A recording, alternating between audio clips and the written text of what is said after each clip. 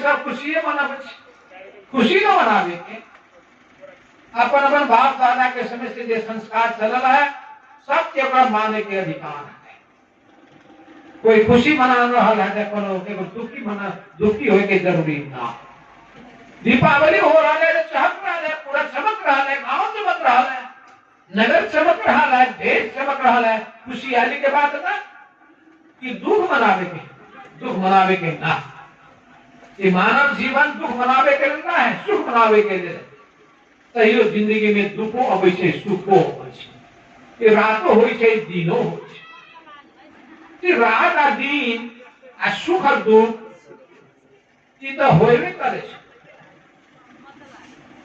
तो दुख के कारण से केकरो जो है कि जिंदगी धिक्कार है न कहे के चाहे। दुख के सामना करे के है, सुख के लिए लागे के है। बेटा बेटी के जीवन सुंदर बनावे के है, बेसी पढ़ाओ, बेटियों के पढ़ाओ, बेटों के पढ़ाओ, ओकरा सीख सिखाओ, तालीम दो, मेहनती बनाओ। तो मेहनत न करके काम चोर न बनो। हम लोग चाहे कि सब कोई मेहनती होए, लेकिन हमारा सबके समाज में की है, बेटी है तो घर धंधा करे के जिम्मा ओकरे मिल गए। आप बेटा जो है खाली बैठल बैठल आदेश दे से माए हमारा आज पागल की तो पागल ले आ। जाके अपने जो है भंसा में जाके भात परोस के अपने न खाए थे, बाबू साहब बन जाए कि बेटा के चरित्र बना परिवर्तन करे के होते। दोसर देश में बेटो पकबै छै, बेटियों पतोहो पकबै छै, बेटियों पकबै छै, जमाइयो पकबै छै। यहाँ तक बेटा के पकावे के बात भेल तो जाके दोसर देश में पकेते, अपन घर में पकावे में लाज लगे छै। इस संस्कार के, विचार के, संस्कृति के परिवर्तन करना जरूरी है। ये सब नया संस्कार के पक्ष में से दुनिया बदल रहा है, दुनिया बदल रहा है, ख्याल करो। हम अभी कहलिए रास्ता में देख ली एगो बुढ़िया तो ना है, कहियो जो है करोड़ महिला हाथ में मोबाइल लेके बड़ा फोटो खींचते रहे। कहीं हम देखे छोटका बच्चा है मोबाइल लेके फोटो खींच रहा है। ये जानवर ना है मोबाइल चलावे जने, बूढ़ हो गए तैयो जो है मोबाइल के चस्का लाग गया है बुढ़िया माई। एहन जो है जमाना बदल रहा है, जमाना तो बदलबे करते ताकि समय परिवर्तनशील हो, समय परिवर्तनशील हो, परिवर्तनशील समय के अनुसार आगाड़ी बढ़े के हो। समय के गति के साथ में आगाड़ी न बढ़ सके छै, वो जो है संसार में कुछ न कर सके। हम सब चाहे छी नया नया विचार लेके अपने से आगाड़ी बढ़ो, नया नया अनुभव के आधार में आगाड़ी बढ़ो। अब मूल चीज की है किसान के जीवन के केना सुंदर बनावल जाए। अभी बरसात के चलते बहुत जगह में धान खेती के बहुत बड़का क्षति भेल, बहुत बड़का क्षति भेल है। सबसे बेसी क्षति सुदूर पश्चिम प्रदेश में भेल है। सबसे बेसी क्षति सुदूर पश्चिम में, बहुत लोग के जान खत्म हो गया है। प्रधानमंत्री जी हमारा कहते रहा इलाम जिला में पहिलो गिरे 3 आदमी जो है माटी में पूरल है, तो कुत्ता के भेजल गए आदमी है कि ना है वहां पता लगाओ कहा कि। तो बाद में मालूम है कि पूरा जो है माटी में पुरायल है। पुलिस जाके माटी के खान के निकाल के जीवन बचा दे। यही सरकार के जरूरी हो, यही प्रहरी की आवश्यकता हो, यही राजनीतिक पार्टी की आवश्यकता हो, यही नागरिक समाज की आवश्यकता हो कि जनता के संकट में पड़ल जनता के साथ दे सके। सरकार बाढ़ी पीड़ित लोग सबके लिए, पहिलो पीड़ित लोग सबके लिए राहत के कार्यक्रम की घोषणा कर रहा है। अपने सबके हम सब मालूम है 2 वर्ष से लगभग कहल जाए कोरोना के महामारी सारा संसार में फैल गए। कोरोना के चलते लोग सबके होश आवास गुम हो गए। अखनियो लोग कोरोना के नाम से डरबे छे। आई देखे छी हम सरलाई जिला के अपने हरिवन के लोग सब कोरोना के चुनौती दे रहा है। न मास्क लगवे छे, न कुछ, न हाथ में सैनिटाइजर लगवे छे, न कुछ। जो बढ़ापे से बहादुर बन गए। कोरोना तो यहाँ से डर के मारे भाग गए। बागमती के किनारे किनारे भागल होते हुए हमारा लोग कही तो है कि 15,000 के लाके लंदन में, अमेरिका, यूरोप में, लेकिन लोग सब के डरे हरा गए। कोनो होते ही ओकरा जे है कुछ ठंडी पकड़ ले होते और ठंडी के साथ खोखी आयल होते। हाँ, के कोरोना के लोग से मतलब न रखना। ठीक है, खतरनाक है ना है, हम लोग कह सकते डॉक्टर साहब सब कही, लेकिन तैयो हम सब कहते होशियार बनो। चाहे कि कोनो बीमारी में कोनो चीज जुटला से लोग सबके खतरा हो जाए। जेना अपने हार्ट के कोनो समस्या है, उसमें दूसरा समस्या जुटला से लोग सबके जीवन में खतरा उत्पन्न हो जाए। सतर्क भेला से फायदे हो, होशियारी कैला से फायदे हो। होशियार बनो से हमू कहो। होशियारी से फायदे हो, गैर होशियारी से नुकसान हो। ये प्राकृतिक प्रकोप जते सब है, एक सामना करे के लिए पर्यावरण के संरक्षण के अभियान चल रहा। प्रधानमंत्री जा रहा छता कुनी यूनाइटेड किंगडम में, स्कॉटलैंड में, ग्लासगो में, और Paris agreement, Paris COP25, COP26 के सम्मेलन हो जा रहा है। संसार भर में जे अपनी सब देख रही प्रकृति के मार, उस समय में बाढ़, उस समय में वर्षा, अचानक जो है गर्मी, अचानक ठंड, यह चीज जो है प्रकृति में विश्रम आयला से होना हो। तब चाहे कि प्रकृति के बचावल जाओ, चूल्हे के संरक्षण कैल जाओ, हरियाली के बचावल जाए। ऑक्सीजन के लिए जरूरी हो गाछ, हरियाली एक संरक्षण कैल जाए, तब हम सबके ताजा हवा मिले। ताजा हवा, वे ताजा हवा के कैसे ऑक्सीजन, एक प्राण वायु। प्राण वायु मिलला पर लोग सब सांस फेर सके। हवा न मिलला पर लोग जो है ऑक्सीजन के अभाव में मर सके। यही ले प्राण वायु मिले गाछ से, हरियर गाछ, हरियाली से एक रक्षा कहना जरूरी है। पानी के संरक्षण कहना जरूरी है। एक कृषि के नीमन बंदोबस्त करना जरूरी है। वो कृषि के उत्पादन में हम सब चाहे कि ऑर्गेनिक खेती के ज्यादा प्रोत्साहन करना जरूरी है। ये आर्टिफिशियल फर्टिलाइजर, केमिकल, इस शरीर के लिए नुकसानदायी है। ये लोग सब कैसे गाय के गोबर, भैंसी के गोबर, उहे गोबर से निकले से मल, उहे मल से खेती करो, उहे मल से उत्पादन करो। वो उत्पादन में जो ताकत हो, वही ताकत से लोग सबके जीवन स्वस्थ हो सके, आयु बढ़ सके।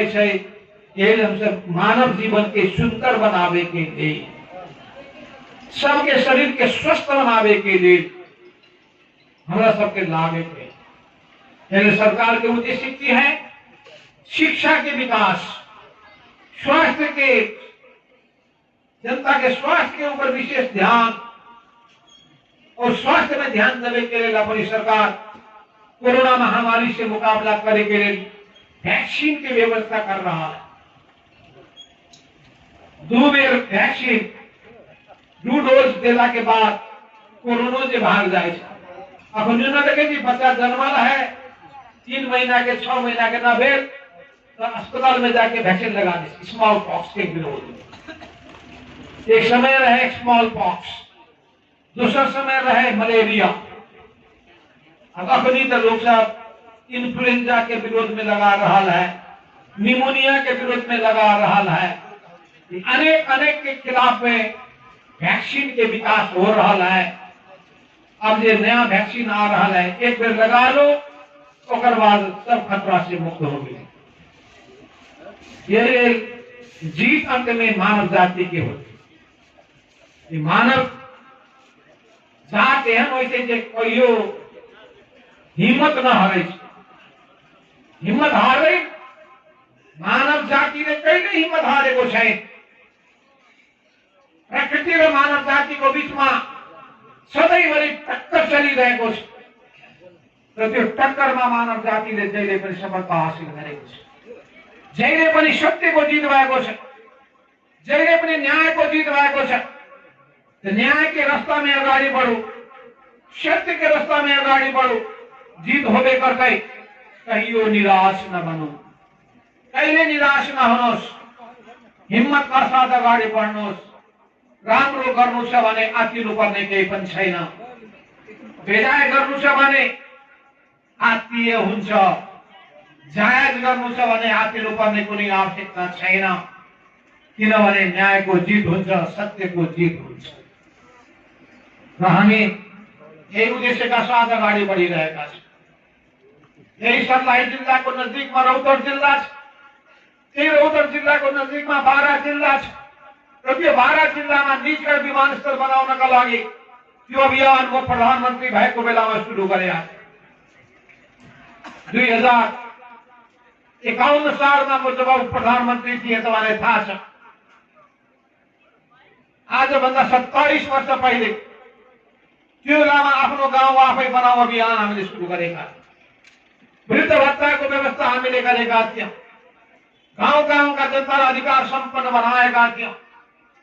2066 सालमा म जब प्रधानमन्त्री बने त्यतिखेर जनता आवास कार्यक्रमको सुरुवात मैले गरेका थिएँ। घरबार विहीन भएका मान्छेलाई घर सरकारले बनाइदिने यो अभियानलाई फेरि अगाडि बढाएर लानुपर्नेछ। काठमाडौँको विमानस्थलले काम चलेन, पर्यटकहरूको नेपालमा ठुलो घुइँचो लाग्न थाल्यो। त्यसको निम्ति निजगढ सबभन्दा राम्रो ठाउँको रूपमा देखा परेपछि कुनै प्रधानमन्त्रीले निर्णय गर्ने आँट गरिरहेको थिएन। मैले प्रधानमन्त्री भइसकेपछि निजगढ नै बनाउनु पर्छ भने निर्णय गर्ने काम गरेको। त्यो निजगढलाई काठमाडौँसँग जोड्नका लागि फास्ट ट्र्याक रोडको सुरुवात, त्यसको शिलान्यास म प्रधानमन्त्री हुँदाखेरि शिलान्यास गर्ने काम भएको छ। म प्रधानमन्त्री हुँदाखेरि भारतका प्रधानमन्त्री मनमोहन सिंहसँग मैले यो हुडाकी राजमार्गको निम्ति सम्झौता गरेर मेचीदेखि महाकालीसम्म हुडाकी राजमार्ग बनाउनका लागि पहल गर्ने काम गरिएको छ। अहिले फेरि हाम्रो पार्टीले शहरी विकासको जिम्मा पाएको छ, पर्यटन मन्त्रालयको जिम्मेवारी पाएको छ।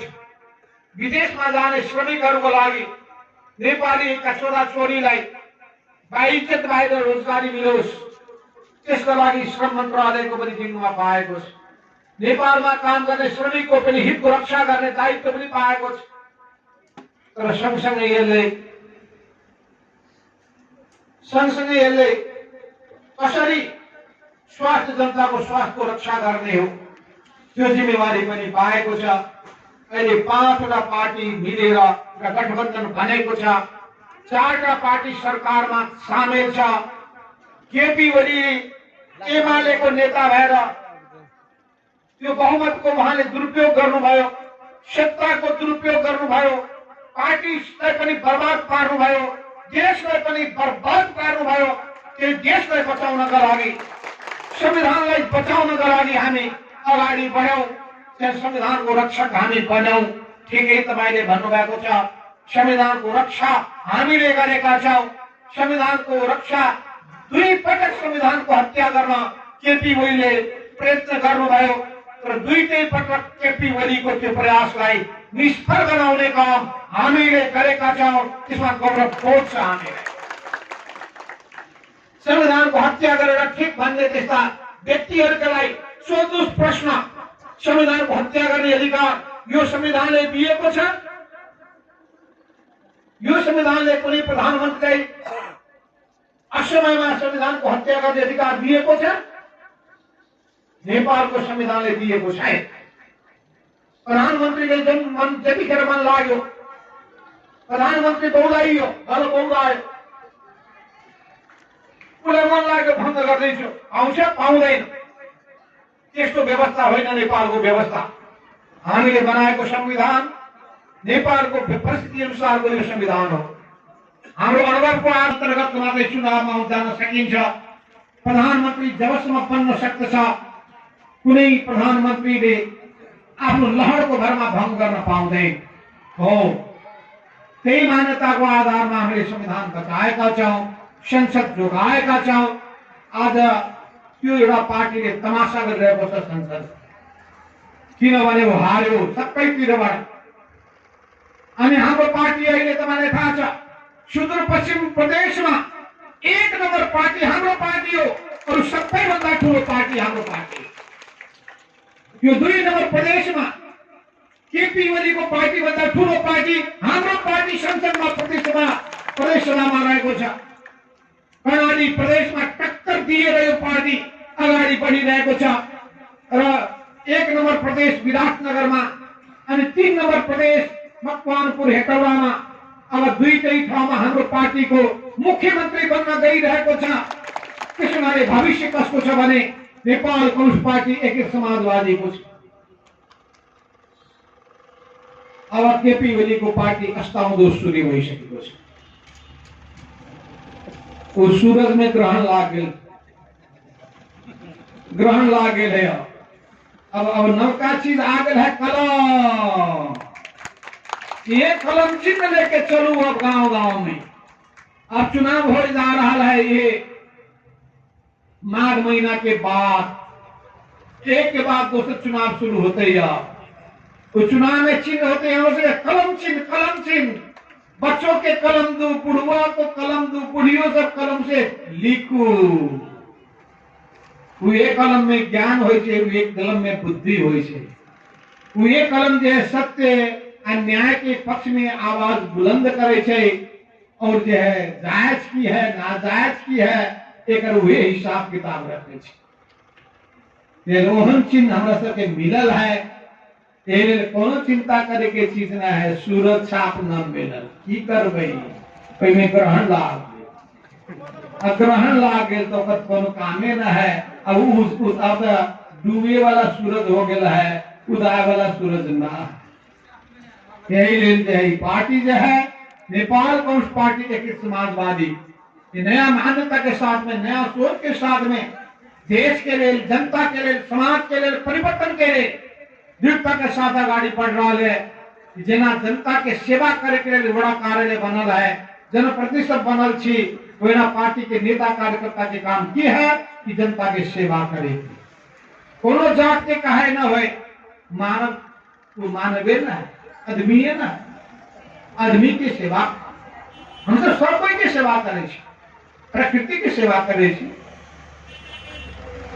सब जते है समाज में सब चीज के अपन अस्तित्व हो। हम सब चाहे छी कि हम सब मिलजुल के बैठू, सब कोई के हित और कल्याण करू, समाज के सुंदर बनाओ, अपन बस्ती के नीमन बनाओ, सफा रखो, स्वच्छ रखो। सब कोई जो है नीमन बात सीखो, खराब चीज से मुक्त हो, नीमन आदत विकास होए। सब कोई के खराब आदत से मुक्ति मिले। सब कोई के जतेक मेहनत करे छी पैसा ओकरा जे है अपन जीवन सुखी बनावे के लिए, बाल बच्चा के भविष्य सुंदर बनावे के लिए, ओकरा पढ़ावे के लिए, लिखावे के लिए जे खर्चा करो और हम सब देश के निर्माण के अभियान में जुटू। हम सब घोषणा करने छी। निजगढ़ विमानस्थल के उच्च प्राथमिकता दिल जते, फास्ट ट्रैक रोड के जोड़ल जते, जल्दी से जल्दी जो है कि नेपाल के विकास के अभियान में तेज रफ्तार से आगे बढ़ाया जते। आइए हम सोच रहे फोन करे के लिए भौतिक विकास योजना मंत्री के कि हम जब जौन समय में प्रधानमंत्री रह लिया, मेची से लेके महाकाली के सड़क में कोनो खदिया जो है खाड़ा कुल्डी खदिया सब हम जो है पुरावे के लिए पूरा अभियान चल लिया कि जरा अपने हम देख रहे छी हाईवे के हालत, रोड के हालत, मेन रोड के हालत, ये मेन रोड के हालत के सुधार करे के लिए बेसियो लागे वाला ना है। 10-20 करोड़ रुपया खर्चा कैला पर जे है दुर्घटना से बचल जा सके छै, मोटर के आयु के बढ़ायल जा सके छै और जे गाड़ी के गति के तीव्र बनायल जा सके छै, आदमी के सुविधा उपलब्ध कराया जा सके छै। ये पुल में होए और बाकी सड़क में होए, इस सब जगह के सड़क के पूरा खदिया पूरे के अभियान, ओकरा पीच से सुंदर पीच बनावे के अभियान में मरम्मत संभाल के काम में ई सरकार मंत्री जी के हम ध्यान आकर्षित करें। इस जनता सबके किसान के हित कल्याण के लिए सरकार नियम से लागो, मजदूर किसान बुद्धिजीवी युवा विद्यार्थी महिला सब कोई के हित कल्याण के लिए सरकार नियम से काम करो। एक हम पार्टी निरंतर आवाज बुलंद करते रहते, तमारे साथ में साथ तमारे कांध में कांध मिला रहा हमें निरंतर अगाडि बढ़िरहने छौं। यो वडा कार्यालयले पनि राम्रो काम गरेर आफ्नो नाम चम्काउँदै जाओस्। म धेरै धेरै शुभकामना दिन चाहन्छु। खास गरिकन म विशेष धन्यवाद दिन चाहन्छु यो परिवारलाई, मोतीलाल महतो र सुदामा देवीलाई, जसले जग्गा उपलब्ध गराउनु भएको हुनाले आज यो सुन्दर भवन आज हाम्रो सामु खडा भएको छ र यो भवन निर्माण भएर उद्घाटन सम्पन्न भएको छ। त्यसमाले म सबैलाई विशेष धन्यवाद दिँदै आफ्नो भनाइ यहीँ टुङ्ग्याउँछु। हस्त धन्यवाद।